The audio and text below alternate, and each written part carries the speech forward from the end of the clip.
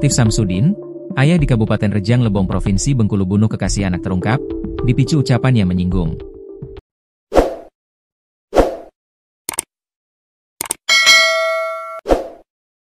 Samsudin, 61, warga Kelurahan Banyumas, Kecamatan Curup Tengah, Rejang Lebong, Bengkulu harus berurusan dengan hukum.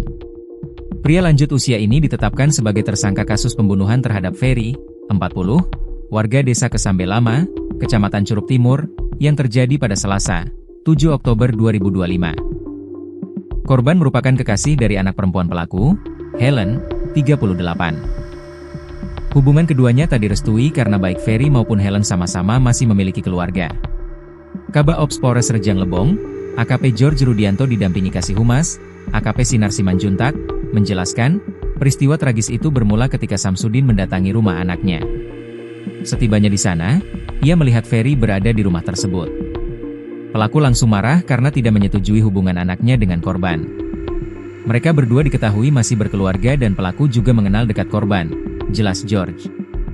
Saat pelaku sedang memarahi anaknya, korban tiba-tiba menyahut dengan kalimat yang menyinggung perasaan pelaku. Korban mengatakan, "Mamang tidak tahu bae." Ucapan itu memicu emosi Samsudin hingga nekat mengambil sebilah pisau dari atas lemari plastik di ruang tamu dan langsung menikam korban. Pelaku yang emosi langsung mengambil pisau dan menikam korban, lanjut George. Kemudian tidak berselang lama korban pergi meninggalkan rumah tersebut.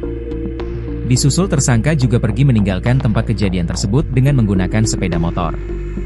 Korban ditemukan sudah dalam kondisi tergeletak tak jauh dari rumah tersebut. Kemudian ditolong oleh warga sekitar seusai anak pelaku meminta pertolongan. Korban dibawa ke RS Anisa Curup namun dinyatakan meninggal dunia.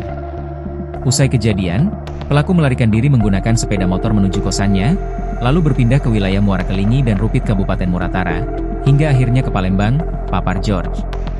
Setelah pihak keluarga menghubungi polisi dan menyatakan niat menyerahkan diri, tim unit Pidum Polres Rejang Lebong bersama Polsek Seluku Rejang berhasil mengamankan pelaku di Palembang.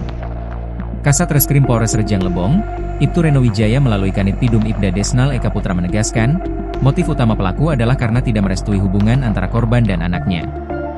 Namun pada saat kejadian, pelaku tersulut emosi karena perkataan dari korban. Motifnya karena emosi juga tidak setuju dengan hubungan korban dan anaknya, pelaku spontan mengambil pisau dan menikam korban, jelas Kanit.